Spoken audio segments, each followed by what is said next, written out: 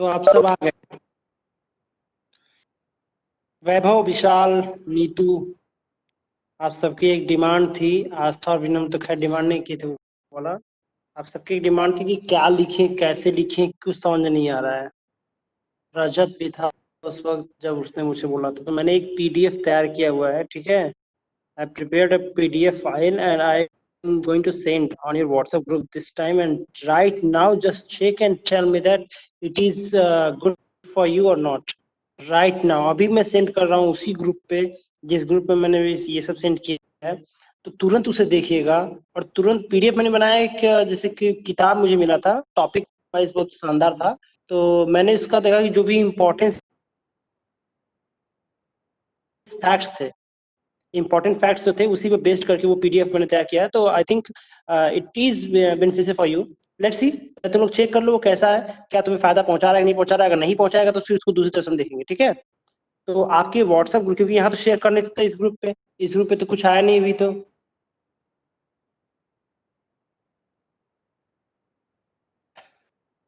इस ग्रुप पे तो कुछ अभी आया नहीं है। ठीक है, अभी मैं आपको दिखा रहा हूँ, देखिए। शेयर कर दूं ना कि ना शेयर करूँ? कहो तो ना शेयर कर।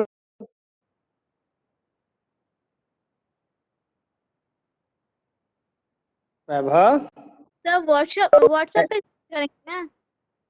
हाँ व्हाट्सएप पे ही शेयर कर रहे हैं, जा रहा है राइट नाउ, देखिए इसको, समझे?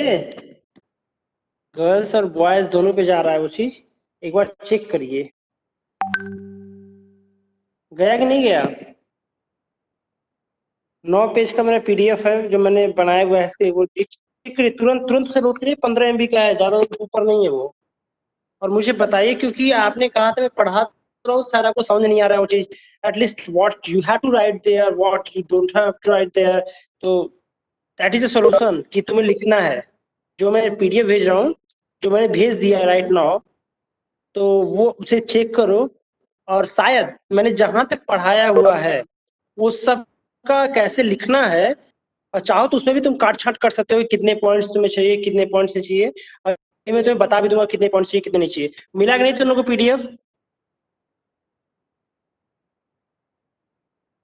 मिल गया। हाँ, इस किताब को जब देखो, पहला पहला जो उसका पेज है, मैंने बताया मीनिंग ऑफ नेशनलिज्म, नेशनलिज्म का मतलब क्या है। फिर दूसरा जो हेडिंग है इसका, देखो मैंने टिक भी किया है कुछ हद तक।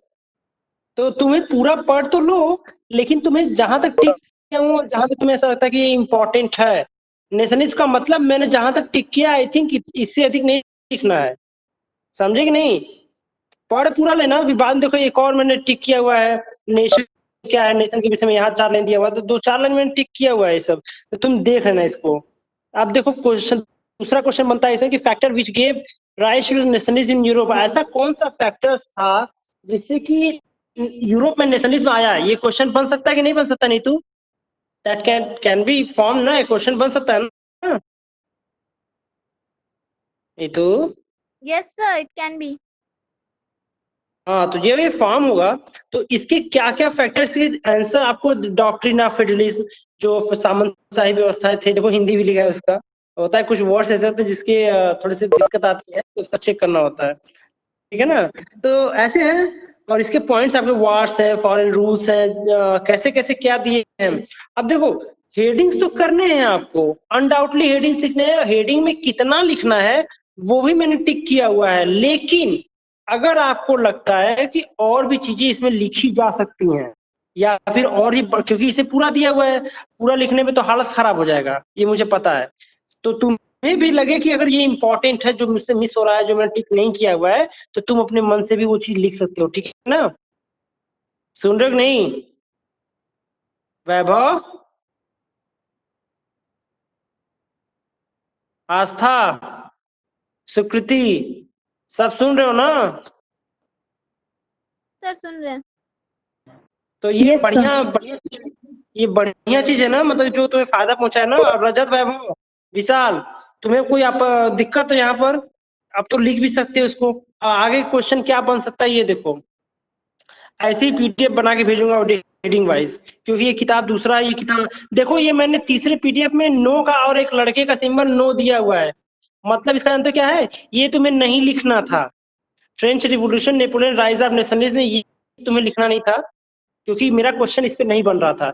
जब मेरा क्वेश्चन बनेगा तो मैं दूसरा शेयर कर दूंगा, समझे ना। तो ये नो और बॉयज को मैंने इसलिए रखा, ये हिस्सा तुम मत लिखना, ठीक है। होने की नहीं। ओहो, ये दो बार पेज जा चुका है क्या? ये 2 बार जा चुका है, कोई बात नहीं। ये पेज हमारे पास 2 बार जा चुका है तुम्हारे पास। अब देखो, मैंने तुम्हें रूसो के विषय में बताया था, मोंटेस्क्यू पढ़ा रहा हूँ। मोंटेस्क्यू ने भी क्या कहा था उस कंडीशन में, तो रूसो और मोंटेस्क्यू तो लिख देना। लुइस 16 तो तुम जानते हो, थोड़ा बहुत लिख सकते हो, और वॉल्टेरियर, ये सब नोट्स टाइप हैं, पढ़ लेना, नहीं तो लिख लेना, अगर तुम्हें आप होगा तो लिखना।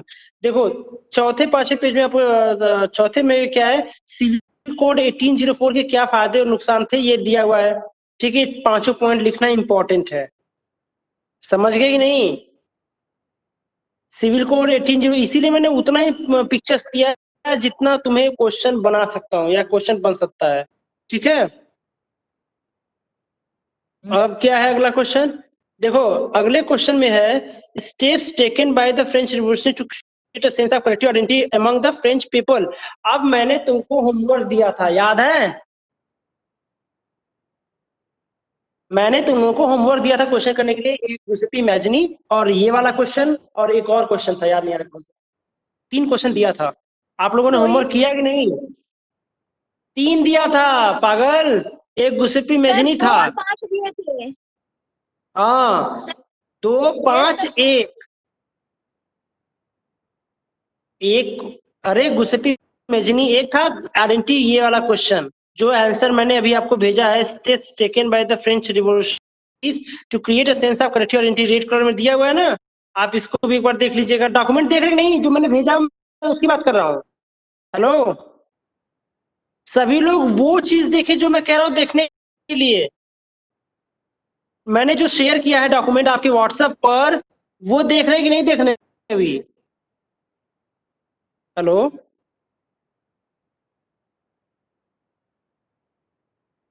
हमने जो कहा है वो आप कर रहे हैं कि नहीं? वैभव, ऑन करिए अपना माइक तो।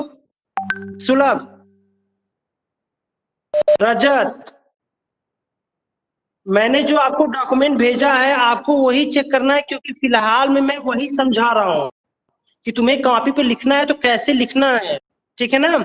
आस्था, रजत, शिवम, स्वीकृति, सुलभ, सभी डॉक्यूमेंट देखे जो मैंने भेजा हुआ है पिक्चर खींचकर, ठीक है ना।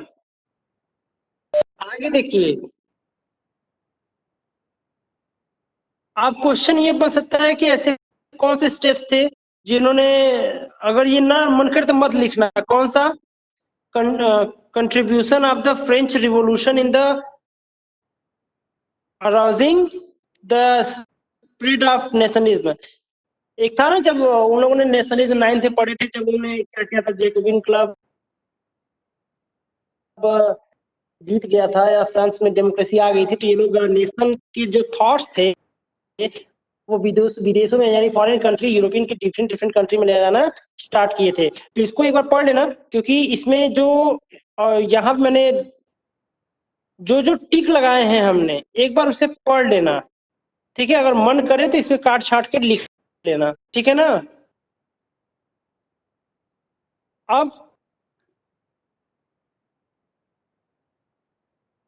कौन कौन से चेंजेस नेपोलियन ने किए थे, वहां सिविल कोड में दे दिया गया है, और एक आध पॉइंट अगर लिखना तो सिविल कोड में से एक आध पॉइंट इसमें जो मैंने टिक किया हुआ है वो देख लेना, नहीं तो छोड़ देना। अब तीसरे 5वें पेज में है, इसके बाद नहीं, अभी 7वें पेज में, सॉरी, छठे, हाँ, 7वें में देखोगे तुम क्या दिया हुआ है कि फ्रेडरिक सारियो ने किस तरीके से अपने ड्रीम को विजुअलाइज किया था पिक्चर्स में, उसके पॉइंट्स आपको दिए हुए हैं, ठीक है। 4 पॉइंट्स हैं, इसको भी काट छांट के चाहो तो लिख सकते हो। अब आज मैंने तुम्हें अभी तक मैंने नहीं पढ़ाया है, वो टॉपिक मैंने जानबूझ के डाल दिया है, बाल्कन टेंशन। अगर अपने पूछोगे कोई 10th होगा तो कि बाल्कन टेंशन कितना इंपॉर्टेंट है, तो समझ आएगा। बाल्कन टेंशन ये मैंने आपको नहीं पढ़ा है, बाकी सब पढ़ा दिया है फिलहाल में उधर का जो आपको लिखने के लिए दिया है, ये आप लिखेंगे डॉक्यूमेंट में। और बाल्कन टेंशन कहेंगे तो अभी राइट नाउ ही पढ़ा देंगे अगर कहेंगे तो, नहीं तो फिर बाद में देखा जाएगा इसको, अभी पढ़ाना भी है। तो बाल्कन टेंशन का दोनों पार्ट है, नीचे का जो 8वां और 9वां पेज है ना, बाल्कन टेंशन में क्या है, पहले बाल्कन टेंशन समझाया है, उसके बाद बाल्कन टेंशन में क्या क्या था, ये 4 पॉइंट्स थे।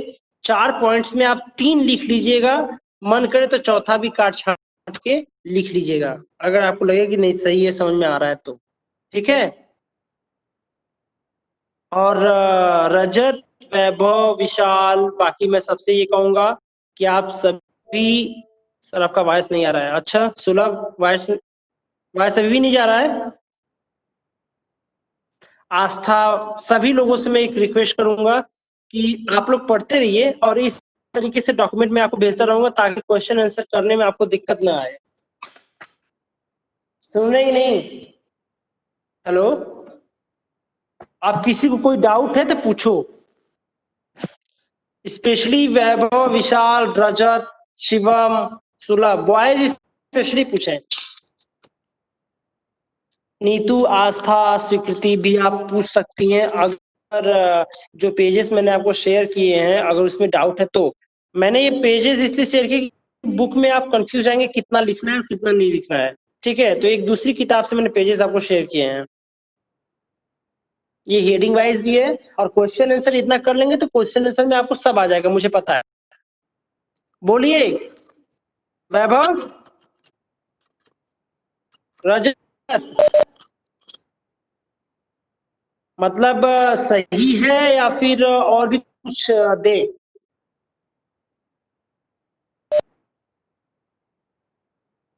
क्या बोल रहा है?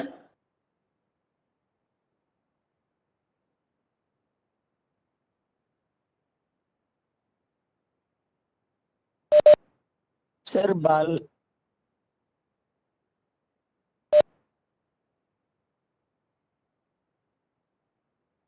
वैभव तुमने कहा चलिए बहुत हो गया, या विशाल ने बोला ये बात? ये लाइन किसने लाइन वो यूज किया, चलिए बहुत हो गया?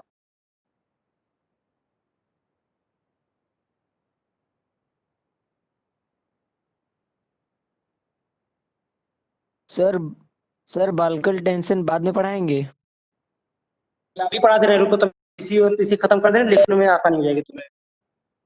अभी अभी इसी वक्त पढ़ा दे रहे हैं इसको, बाल्कन टेंशन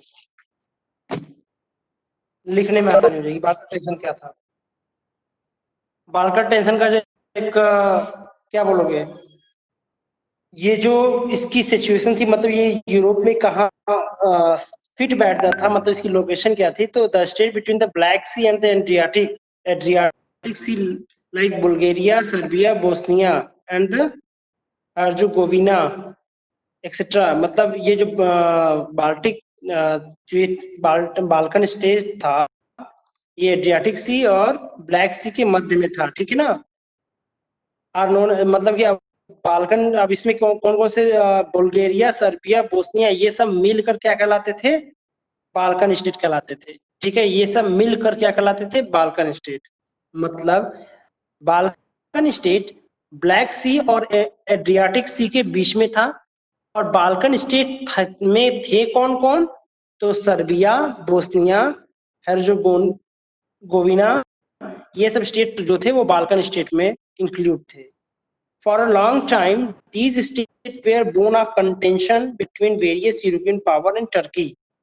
बहुत लंबे समय तक, ठीक है ना। ये क्या था, बोन ऑफ कंटेंशन मतलब होता है झगड़े की जड़। ये स्टेट क्या थे, एक बोन ऑफ कंटेंशन, झगड़े की जड़ थे, between various European powers and Turkey.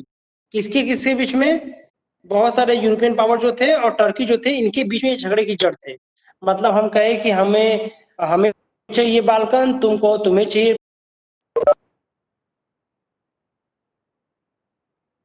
who had been restored to the power during the conservatives' reaction after 1815, were new overthrown by liberal revolutionaries who installed a constitutional monarchy with a Louis Philippe and its head when France sneezed. Metternich once remarked, the rest of Europe catches cold.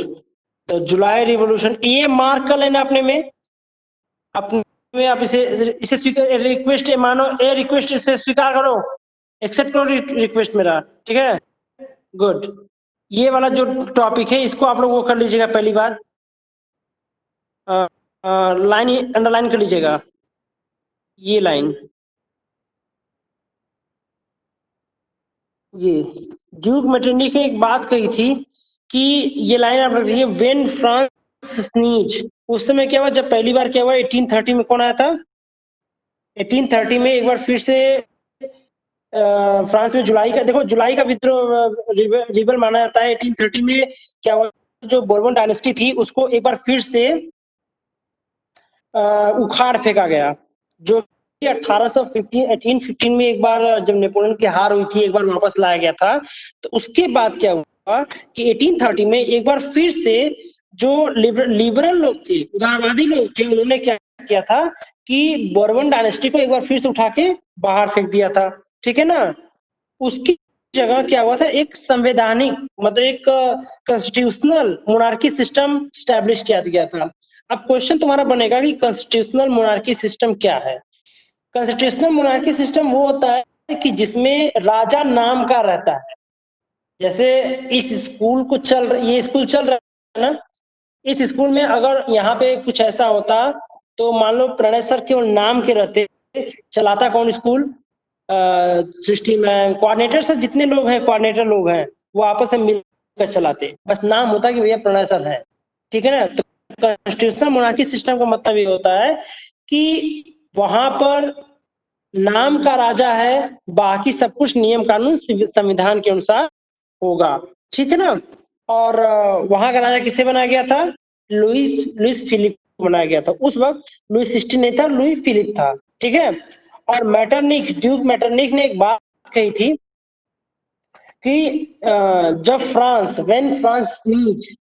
France छींकता है तो बाकी Europe को भी क्या हो जाता है, सर्दी जुकाम हो जाता है। तो उसने बहुत बड़ा तवज्जो दिया था, ठीक है ना, इम्पोर्टेंस कहते हो, ठीक है। ड्यूक मैटरनिक ने ये लाइन बोली थी, इसको अंडरलाइन कर लेना, अपनी किताब में लिख लेना। ड्यूक मैटरनिक ने कहा है कि जब फ्रांस छींकता है तो बाकी यूरोप को सर्दी जुकाम हो जाता है, ठीक है। अब क्या हुआ था, जुलाई रिवॉल्यूशन, जब जुलाई रिवॉल्यूशन से क्या हुआ कि ब्रसेल्स में भी क्या हुआ, रिबेलियन स्टार्ट हो गया, विद्रोह बढ़ गया था वहां पर, ठीक है।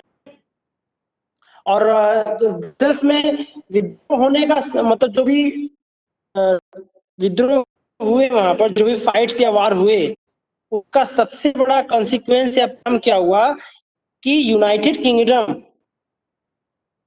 ऑफ द नीदरलैंड से क्या हुआ, अलग हो गया था।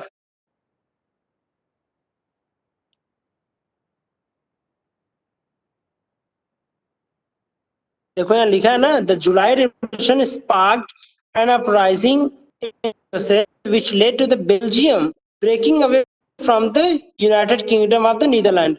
बेल्जियम क्या हुआ, अलग हो गया, किससे कल अलग हुआ था, United Kingdom of Netherland. United Kingdom कब यूज किया जाता है, जब छोटे छोटे देश या क्षेत्र मिलकर एक बड़ा एरिया का फॉर्म करते हैं, ठीक है ना। जुलाई रिवॉल्यूशन का सबसे बड़ा जो परिणाम था वो ये था कि Brussels which led to the Belgium, Brussels क्या हुआ था, ब्रेकिंग अवे, अलग हो गया था, किससे अलग हुआ था, यूनाइटेड किंगडम ऑफ नीदरलैंड से, ठीक है। इतना समझ में आया कि नहीं आया।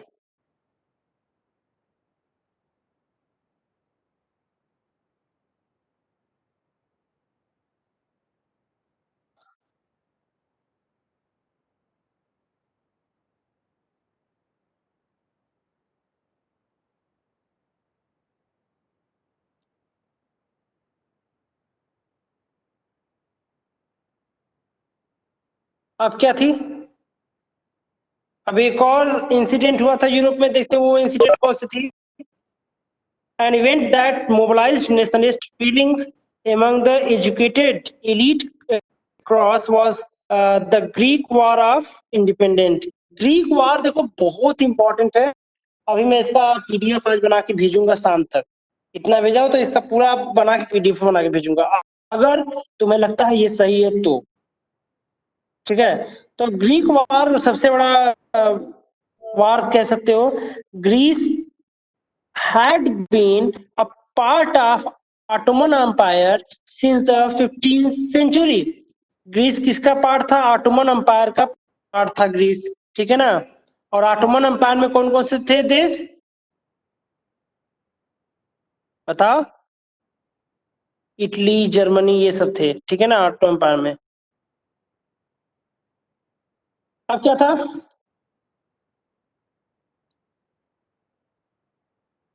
Ottoman Empire since the 15th century, the growth of revolutionary nationalism in Europe sparked off a struggle for the independence among the Greeks, which began to 1821. Nationalists in Greece got supported from the other Greek living on exile and also from many West European who had sympathy of the ancient Greek culture. Poet and artist lauded Greece as the cradle of European civilization and mobilized the public opinion to the support. अब देखो हुआ क्या है, it's Greek war of independence देख लेते हैं हम।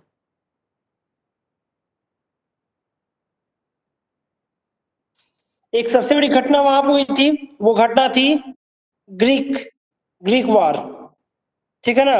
और वो घटना क्या थी? 15th सेंचुरी में क्या था? ऑटोमन जो ग्रीक था वो ऑटोमन एम्पायर का पार्ट था, ठीक।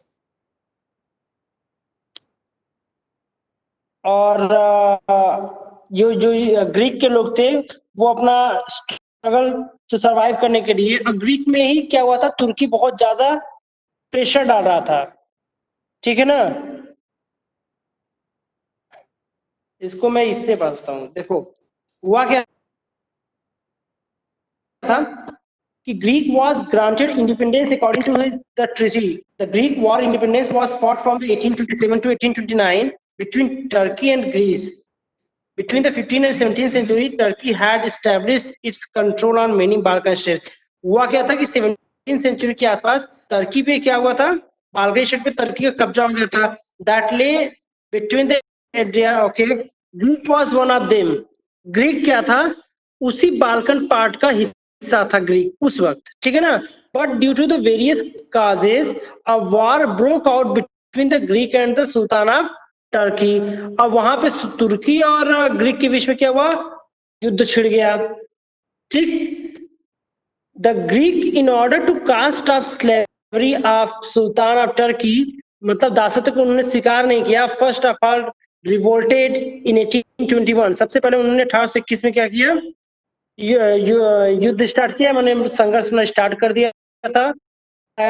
Eight many places the Christian were brutally killed in large number which completely shook the whole of Europe. देखो सबसे क्या हुआ था कि वहां पर यूरोपियन थे, मतलब क्रिश्चियन थे ग्रीक में।